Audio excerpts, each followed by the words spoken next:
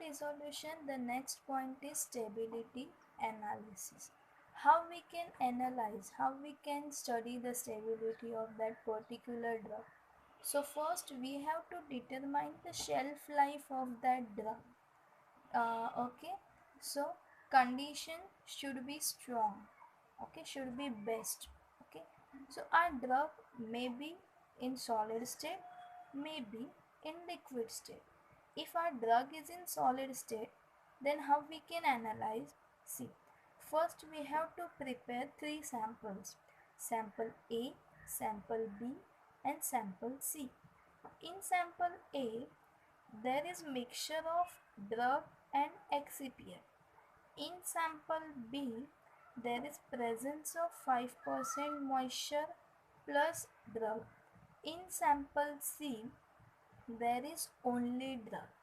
Then we have to keep these all three samples for 1 to 2 weeks, okay, in standard condition, in best storage condition. After 1 to 2 weeks, we have to observe these all three sample physically. So in physically, what we can observe? We can observe that is liquefaction, then discoloration, then odor formation or gel formation of our drug sample. Okay. See, as I said, the sample is kept for 1 to 2 weeks and we have to observe physically for liquefaction, discoloration, odor and gel formation.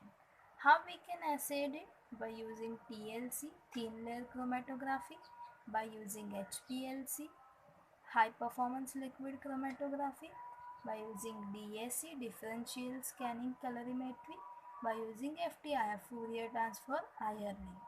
Okay. Next point is solution state.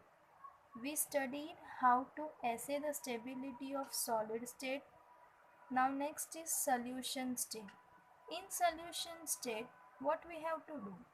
The study is performed on solution because our sample is in solution state. Okay. Next, how we can analyze the solution state stability?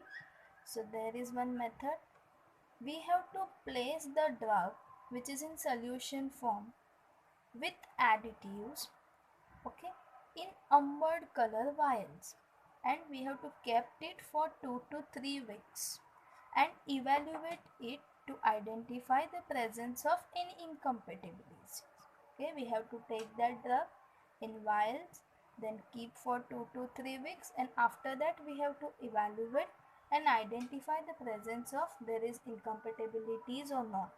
Okay, next is drug excipient compatibility.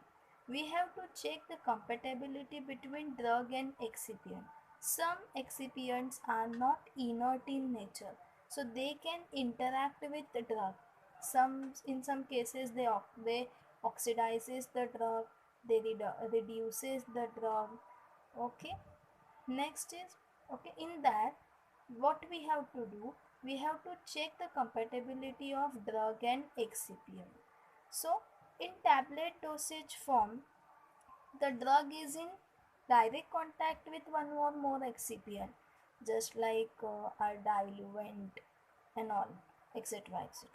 Okay, so sometimes this excipient may affected to the stability of that drug. Okay, so the knowledge of drug excipient interaction is useful. Drug excipient interaction, it means interaction between drug or excipient. Okay, so on the basis of drug excipient interaction, we have to select that excipient for that particular drug. Okay. So what are the importance of excipient drug compatibility? If that drug and excipient are not compatible, then it will affect to the stability. Okay, so to avoid the surprising problem about the stability, we have to know the drug excipient interaction. So what are those analytical techniques which are used to detect the drug excipient compatibility? First is thermal method, which includes TG, then DSC, DTA. Then second is FTIR, Next is accelerated stability studies. Okay, till drug excipient compatibility we were studied about the all physical characteristics. Now we will study about chemical characteristics. So in that, first point is hydrolysis, second is oxidation, third is photolysis. Okay, so in hydrolysis we know that hydrolysis, it means our drug undergoes breakdown in presence of water molecule. This is hydrolysis, and the solvent is water, then it is called as solvolysis. Okay, next is pharmaceutical drug product containing ester and amine are more sensitive to hydrolysis. Next point is oxidation. Oxidation, it is the most common pathway for the degradation of drug. In this, the excipient or the drug self get oxidized. Okay, this process is oxidation. Generally the drug which contains the fats and oils are undergoes oxidation, and after oxidation there is degradation of our drug. Okay, so what type of drug will undergoes oxidation? Just like arachis oil, ethyl olate, clove oil, vitamin B12, morphine, etc. How we can protect the oxidation? First is antioxidant BHT, BHA. Next is chelating agents EDTA. Chelating agents will form the complex. Okay. Next is vehicle. In vehicle, so normally we are using water. Okay, so replacement of water by other solvent, so sometimes it prevents oxidation, that is degradation of our drug. Next is photolysis. It means degradation of our drug in presence of photons, that is in presence of sunlight. So how we can prevent?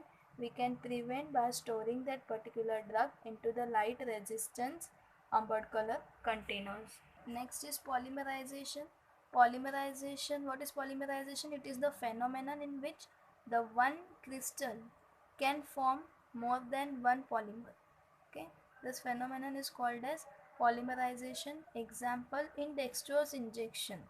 Okay, uh, if we are autoclaving this injection, then we get the 5-hydroxy methyl furfural, but because of polymerization it will converted into straw colored solution. So we have to take care about that polymerization. Next is decarboxylation. It means removal of carbon dioxide.